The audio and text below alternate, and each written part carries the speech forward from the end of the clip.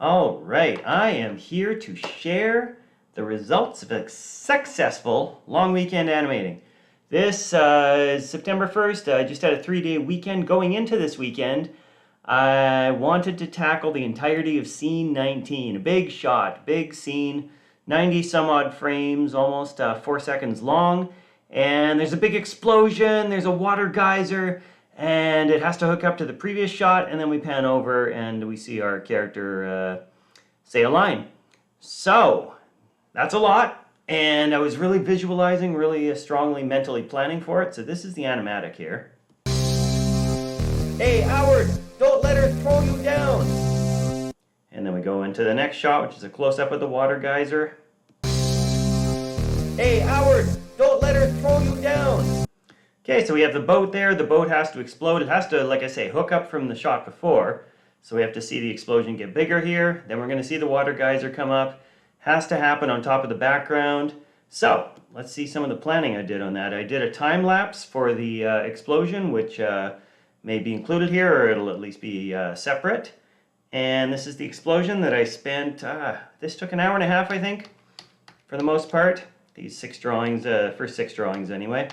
And starting off with the explosion, figuring out where the boat was, little pieces coming off, and I'm just coloring it in grayscale because I wasn't sure what color I wanted initially, and I can just tint it all later. So as long as it's all consistent, it's easier to tint. And then I had to add these last 2 drawings when I saw that when the water geyser came on, it wasn't integrating well with the smoke. So that idea that once the water geyser comes on, the smoke moves up, that seems to visually help tie it all together. I've also done the white here. I've put on a separate layer so that I can put a glow on that later on and make the center of the explosion much brighter. I'll just show you the lines here and hide the brightness. Yeah, so this is my initial line pass. You can see some of these drawings get pretty complicated, but I mean, as long as the basic shapes are continuing through, that's what matters. And this bright part in the middle, it worked out well, where I had the explosion moving outwards, but the brightness moving inwards, because the initial spark of the explosion, I didn't want that to last for too long. That's just you know, the igniting factor isn't going to stick around for too long. So that's all that. Now I'm going to get the water geyser in there as well.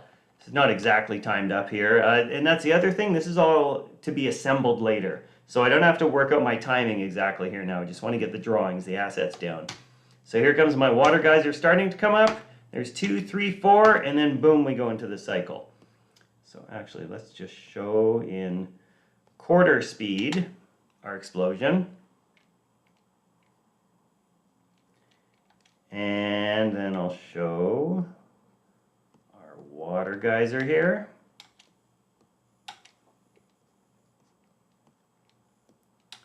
There we go, 1, 2, 3, 4, and then into the cycle. Now you see the cycle is really slow. Now even though this is 1/4 speed, playing it at full speed, this cycle ended up going much slower than I was hoping for. So what I ended up doing actually is I mixed up the drawings. So I did drawings 1, 3, 5, and 7, and then I did drawings 2, 4, 6, and 8. And that seemed to work pretty well. It kept it all moving in a direction, but in a consistent, believable direction. But it allowed me to speed it up, basically, have it go twice as fast, because it was already animating on 1. So, you know, I couldn't do too much else in 24 frames a second. Let's just do a quick demonstration. This is how fast it was going at 24 frames a second, and I know it's huge. That's what my initial thought was. It's so big it won't seem slow, but it still seems slow. So mixing up the drawings really helped there. And I had a little bit of smoke coming up over top here just to cover it up, give a sense of depth with the explosion underneath. And yeah, this all plays together pretty nice. Let's slow that down again. Like I say, the timing is still to be worked out, and then I had another layer of transparency on top of the water there to give it a sense of a glow on the water. So yeah, that was all working out nicely. And let's let's see what I did once I got this into my assembly program. So I'm using Flash 8 to assemble it all here. Let's start with the lip sync. And I only had to animate the second half of the lip sync because I don't see the character right away. Again, here's our animatic. Hey, Howard, don't let her throw you down. So we only hear the second line. Hey, Howard, don't let her throw you down. Hey, Howard, don't let her throw you down. So I only need to animate the mouth for the second line. And yeah, that's all working well.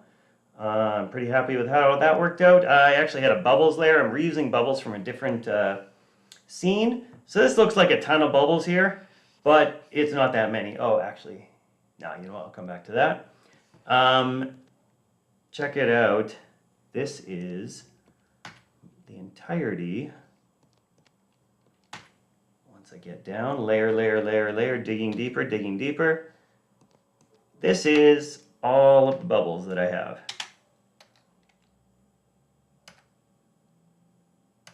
32 frame cycle. I think it's a total of 16 drawings, I do believe. Let's see. There we go, yep, 16 drawings, 32 frames. And I was able to mask those off so that I wouldn't show all of them at once. Copy paste, sometimes I've got it masked off so I'm only seeing one bubble. You can see I've masked it so we don't see the rest of them. And yeah, I was able to make a ton of bubbles out of that one cycle. Now you see I've got the camera shake here and the pan. Let's get to that here. So the camera shake and the pan, again, these drawings were all done somewhat independently of composition and of timing. So when it comes to a camera move and a camera shake, I wanted to have a camera shake showing the explosion. So we're a distance from the explosion, so it's going to affect us a little bit, then a lot, and then it's going to fade away. So this first frame, it's not rotating too much. I believe it's, rotating 1 degree. Next frame, -1. Next frame, 4 degrees. Next frame, -3, 3 degrees, -2, 2 degrees, -1.5, 1.5. I did this very mathematically. And then down to 0 degrees at the end. Now, in addition to those rotational changes, I was also translating the entire image up and down, and just randomly. Like on one frame, I would go, 2 big units up and 4 smaller units over. In the next frame, I would go 1.5 small, large units to the right, and then half a large unit down. Like just really keeping it organic, so that we would feel, whoa, big camera shake, ba-boom, and it feels pretty natural. And then I needed to pan this all over to get to our other character, so just going to do it here. This just allows me to not have to work with each layer independently. I'm just panning the entire comp of all the images, and here inside that comp is all the images. So here we don't have any of the camera moves. That all happens outside of this symbol. And you can see I've sped up my water geyser here twice as much by alternating the drawings, 1, 3, 5, 7, 2, 4, 6, 8. Yep, very happy with how all this turned out. The explosion, I put some drawings, some first few drawings were on 2s, then on 3s. And then, the final drawings were like on 6s here. Just because it was like, oh, okay, these are the time-consuming ones. This is where I was talking about where the drawings start to move up and the geyser's affecting it. So the geyser's pulling the smoke up here. And, I could have spent a lot more time on that, but time is limited. I set a budget of 12 hours for this and ended up spending 11 and a half over 3 days on the weekend.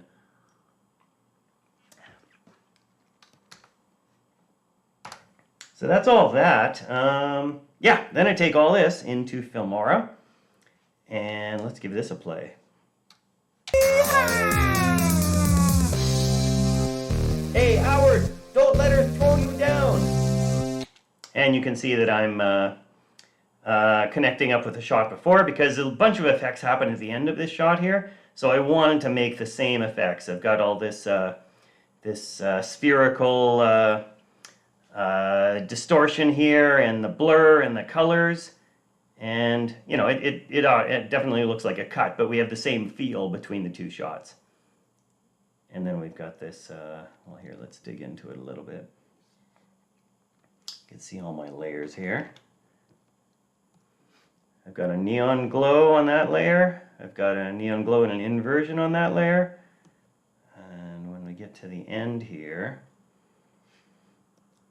I've got the scan lines. That's what all this is. And it's just giving us this really cool look. And in addition to the spherical warp, which is giving the nice curve there. And that goes from one shot into the other. Boom. Here comes this globe coming out here. And then there's our first frame of the explosion. Black frame.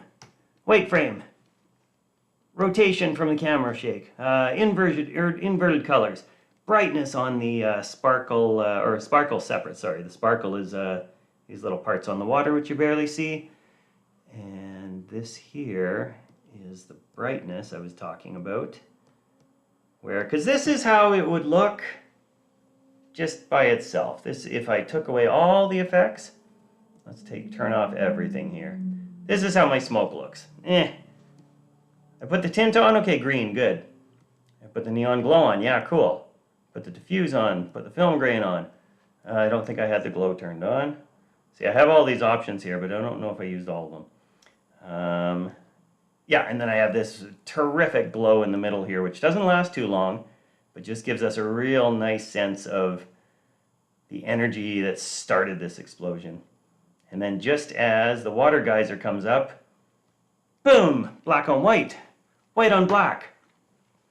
And there's the water geyser. Forming. This nice transparent bit on top of the water helps tie it all together. This smoke in front looks slightly transparent, so that's cool. Got all the bubbles going on in the water there. And then once all this is established, we're going to pan over, blur until we get there, and then the blur stops. You can see the characters blurred as we're panning. And there we go. Delivers the line, goes to the next shot. And the next shot will be a close-up of the geyser with the character jumping out. So yeah, that was, like I say, very successful. I was hoping to get this done in 12 hours, and not only did I get it done in less than 12, but it matched the quality level I was shooting for, I was hoping for. I didn't have much more time to spend on this, so if the quality level wasn't there, I would have just had to let it go, because otherwise this doesn't get done. I've got initially a 300-hour budget for this film. I'm up to around 230 now, so it's going to be between 350 and 400 total hours. So this had to be done in 12 hours, and it is. So moving on to the next one. And as always, more to come. Thanks for checking it out. Making animation is so much fun. I really encourage people to do it. It's there's different ways of doing it, different methods, different aesthetics, but it's all the same principles. It doesn't matter if I'm animating in 2D or 3D or mocap or sand or paper or whatever. It's all the same approach, same ideas, the same part of the brain that makes it all work. So yeah, happy animating. See you next time.